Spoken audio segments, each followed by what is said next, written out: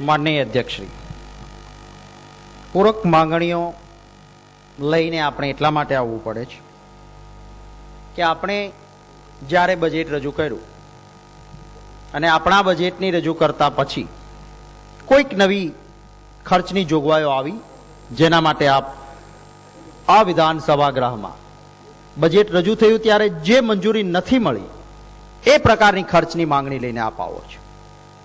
મને આનંદ થાતે જો plan expenditure માં કઈ વધારો કરીને પૂરક માંગણી આવી હોય, પણ પ્લાન એક્સપેન્ડિચરમાં આપણે સેવિંગ રાખીએ છીએ અને નોન પ્લાન એક્સપેન્ડિચર માટે આપણે પૂરક માંગણીઓ લઈને આવવું પડે છે.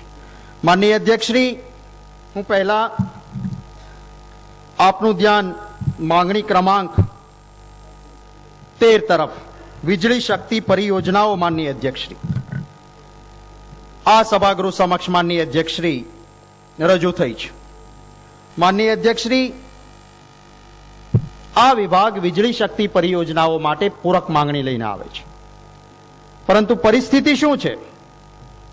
રાજ્ય સરકારના 13 યુનિટ છે, 5 યુનિટ રાજ્ય સરકારની કંપનીઓના, એટલે આપણા 18 યુનિટો છે. 18 યુનિટમાં 2008-9માં 30,000 મિલિયન યુનિટ વીજળી આપે પેદા કરી હતી.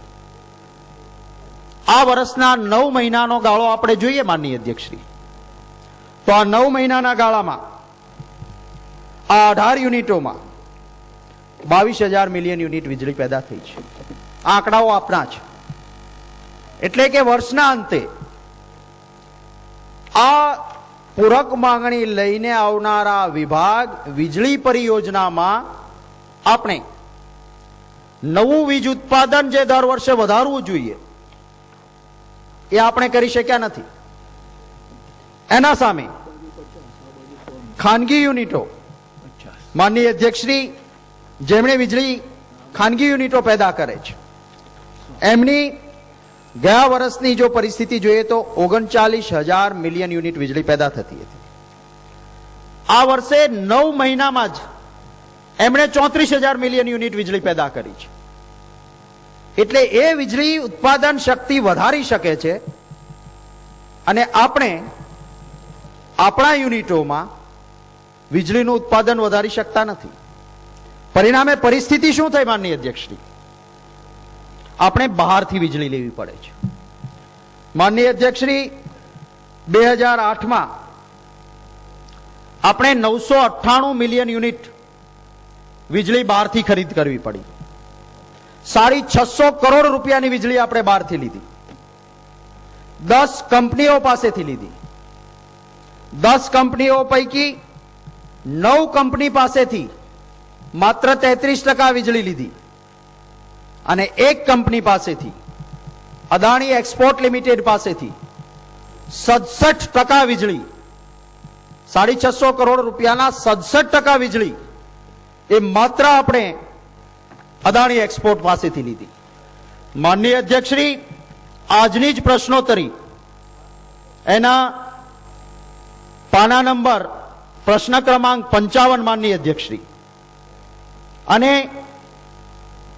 એ માનનીય અધ્યક્ષશ્રી પ્રશ્ન 79 પાના નંબર 51. માનનીય અધ્યક્ષશ્રી, આપણે જેના પાસેથી 67% વીજળી લીધી, વેચાતી લીધી, 650 કરોડ રૂપિયાની ખરીદીમાં 9 કંપની પાસેથી 33%, અદાણી પાસેથી 67% વીજળી લીધી અને આ પ્રશ્નમાં માનનીય અધ્યક્ષશ્રી આજની જ પ્રશ્નોત્તરીના પાના નંબર 51 ઉપર 2008માં 2009માં જ્યારે આપે વીજળી એના પાસેથી લીધી છે, જેના પાસેથી 67%, એ અદાણી ઉત્પાદન કેટલું કરે છે વીજળીનું? માનનીય અધ્યક્ષશ્રી અહીં આંકડો આપ્યો છે 0. જે માણસ 1 યુનિટ વીજળી પેદા નથી કરતો એના પાસેથી તમે 650 કરોડના વીજળી ખરીદીમાંથી 67% વીજળી એ માણસ પાસેથી લ્યો છો જેણે 1 યુનિટ પેદા નથી કરી. એનો અર્થ શું? કે આ માણસ કોઈક પાસેથી વીજળી લે છે અને તમને પૂરી પાડે છે. તો આ વિભાગ સીધા પેલા પાસેથી ન લઈ શકે, આપણે નાના નાના વચેટિયાને બંધ કરીને રાજી થઈએ અને કરોડોનો વચોટિયો પેદા કરવાનું કામ આ વિભાગ કરતો હોય ત્યારે એને પૂરક માંગણી ના મંજૂર કરી શકાય. માનનીય અધ્યક્ષ, કરોડોનો વચોટિયો, 1 યુનિટ પેદા નથી કરી એને વીજળી. આપની આજની પ્રશ્નોત્તરી કહે છે અને આપનું રેકોર્ડ કહે છે કે 67% વીજળી જેને 1 યુનિટ પેદા નથી કર્યું એના પાસેથી લે છે. આ ગ્રહના તમામ માનની સભ્યશ્રીઓ આ ખર્ચને મંજૂરી આપતા હોય છે, આ પક્ષમાં બેસતા હોય કે આ પક્ષમાં બેસતા હોય. આપણા સૌનો આ ચિંતાનો વિષય નથી. આપણે અભિનંદનો આપીએ, આપણે વાહવાહ કરીએ, પણ આ ગ્રહના સભ્ય તરીકે પ્રજાની તિજોરીના એક રક્ષક છીએ. આપણે પ્રજાના તિજોરીના રક્ષક તરીકે કરોડોનો જ્યાં થતું હોય ત્યાં એ વચોટિયાનું ગળું સરકાર પકડે એના માટેની ફરજ પાડવાની આપણી જવાબદારી નથી. માનનીય અધ્યક્ષશ્રી, મારે બીજી વાત કરવી છે માંગણી ક્રમાંક 26 વન વિભાગની. રોજ એ ગાળો આપો છો, કેન્દ્ર સરકાર, કેન્દ્ર સરકાર, કેન્દ્ર સરકાર. આપ વર્ષો સુધી રહ્યા, આપે કેટલો ન્યાય કરાવી લીધો કેન્દ્રમાંથી અહીંયા. માનનીય અધ્યક્ષશ્રી, આ વર્ષે આ પૂરક માંગણી શેના માટે આપ લઈને આવ્યા છો? આપને કલ્પના નહોતી, પરંતુ કેન્દ્ર સરકારે આપને, રાજ્ય સરકારે ઘાસિયા જમીનના 64 એકમોના વિકાસ માટે 1 એકમ દીઠ 5.50 લાખ મુજબ 2,24,00,000 રૂપિયાની સહાય મંજૂર કરી. You are not expecting. તમારી કલ્પના નહોતી કે કેન્દ્ર આપશે. આ 64 ઘાસિયા મેદાનો માટે 5.5 લાખના ખર્ચે માનનીય અધ્યક્ષશ્રી પાના 56 ઉપર આ યુનિટો માટે ઘાસ આવી. અને એના કારણે આપને પૂરક માંગણી મૂકવી પડી મેચિંગ ગ્રાન્ટ ઊભી કરવા માટે થઈને 1 કરોડ રૂપિયાની. આ પૈસા આપને મળ્યા.